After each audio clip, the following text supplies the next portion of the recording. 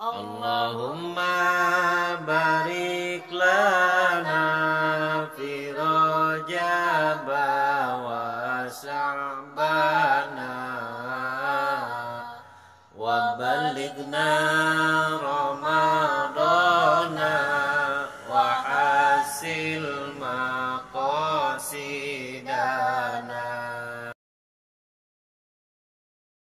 Pak Kades ada Pak Kades? Masya Allah Pak Kades, oh tadi kita udah salaman Pak Kades ya. Bajunya paling mentereng. Malam-malam pakai batik, ini Pak Kades lah ya. Dan semua jajaran di bawahnya. Di sini dusun ada ya? Berarti ada kadus, bukan kardus kan? RT, Karang Taruna, para pengurus masjid. Ini masjid gede bener ya. Ajib. Ya. Ini di daerah tadi saya kira saya masuk ke alam lain, gelap. Mulai dari apa namanya Puspitek ya, tulisannya objek vital nasional, lampu nggak ada.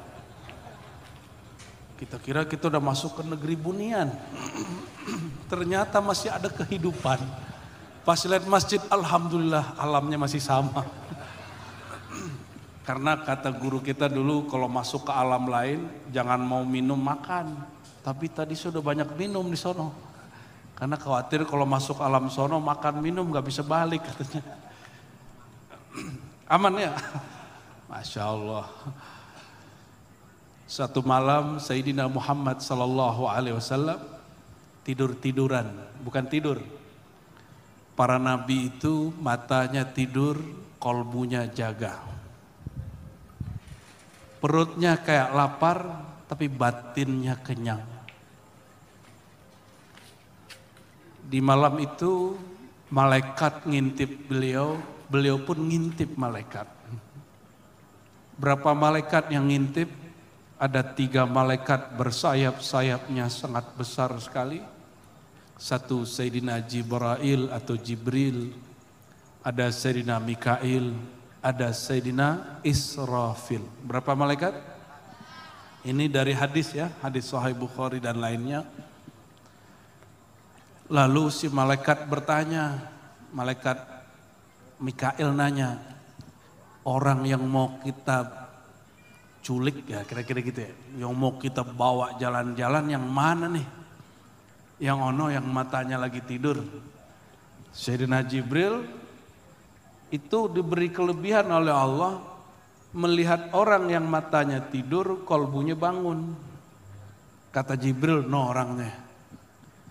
Di satu riwayat dalam Sahih Bukhari disebutkan beliau sedang tidur di rumah keluarga beliau, sepupu-sepupu beliau, tante-tante beliau, paman-paman beliau. Di situ disebutkan rumah Ummu Hani. Rumah Ummu Hani itu kalau sekarang sekitaran Babun Nabi. Kalau di Masjidil Haram itu ada Babun Nabi nggak jauh-jauh dari situ. Di riwayat kedua masih hadis Sahih Bukhari juga disebutkan bahwa Nabi posisinya bukan lagi di rumah Ummu Hani, tapi sedang di Hijr Ismail, berarti di Ka'bah. Mungkinkah kejadiannya 2 kali? Mungkin. Wallahu a'lam bis-shawab. Hari kedua dilirik lagi, kata Mikail, emang beneran ini orangnya? Kata Jibril, kalau bukan dia siapa lagi? Malam ketiga mereka kemudian ngintip lagi, oh bener ini orang. Matanya tidur, kolbunya tidak tidur. Kalau ini gimana nih? Ini kolbunya lagi bangun gak nih? Yang di atas gimana? Kolbunya bangun gak? Insya Allah ya. Insya Allah. Minimal sekali seumur hidup mengalami begitu, itu tanda kekasih Allah. Ya, mata tidur, rasanya kita lagi zikir.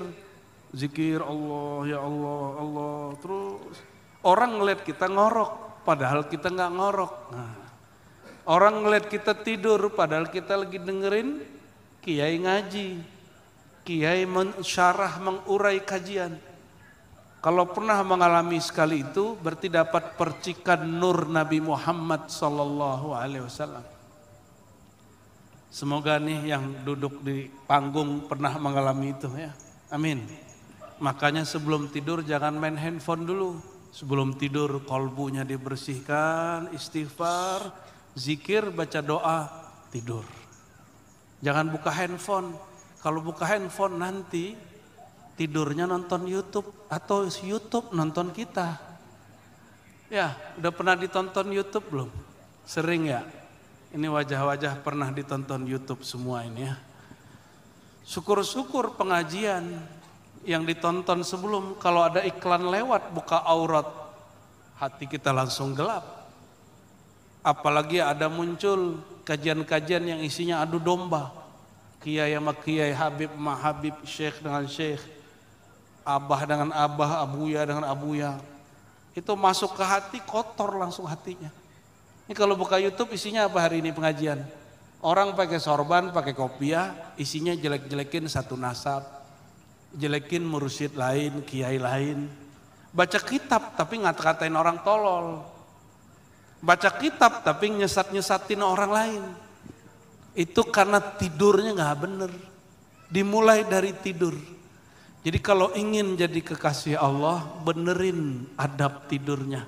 Ya, supaya kita meninggalnya dalam husnul khotimah. Latihannya tidur tanpa membawa urusan-urusan duniawi, apalagi kebencian. Maka ini sini teteh apa mbak ini? Ibu-ibu teteh-teteh ini kalau tidur jangan lagi ngambek ya.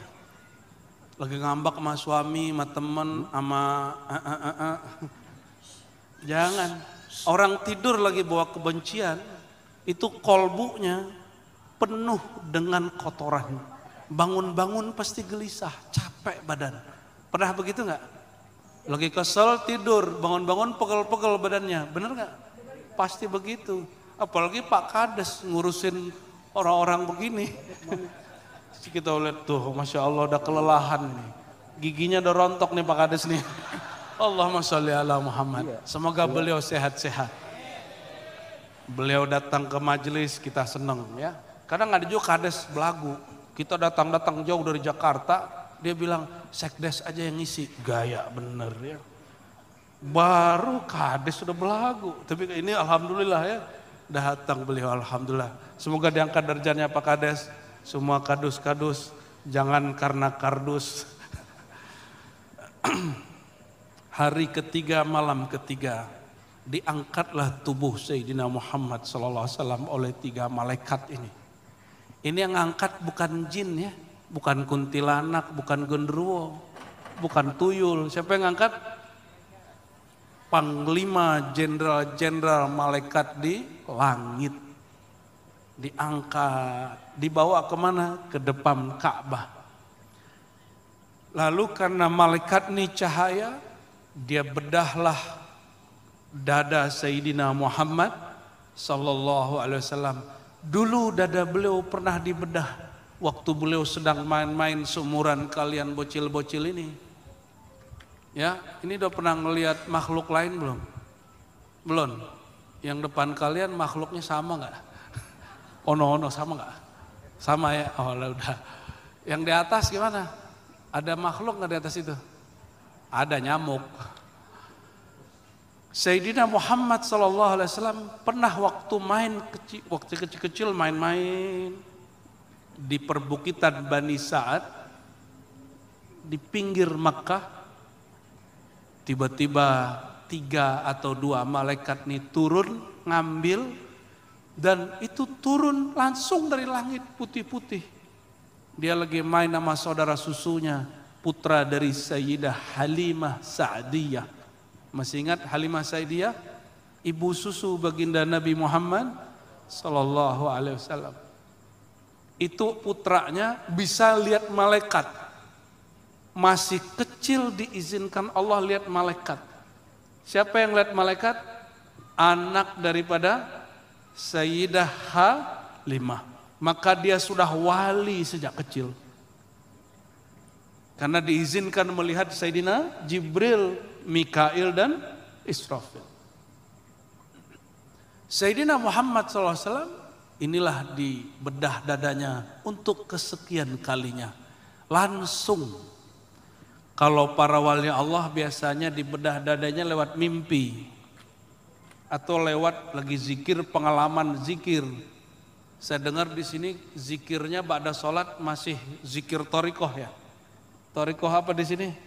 Alhamdulillah. Ke jalur mana? Alhamdulillah. Abah Anom ya. Semoga beliau qaddasallahu sirrahu, Allah beningkan ruhnya ya.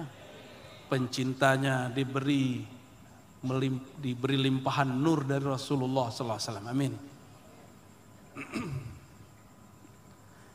Maka diambillah jantung Nabi Muhammad SAW, yang jantung ini berkait dengan kolbu.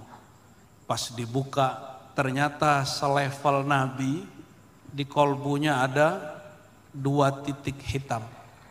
Ini saya nggak bosan-bosan menceritakan selama Isra dan Mi'raj.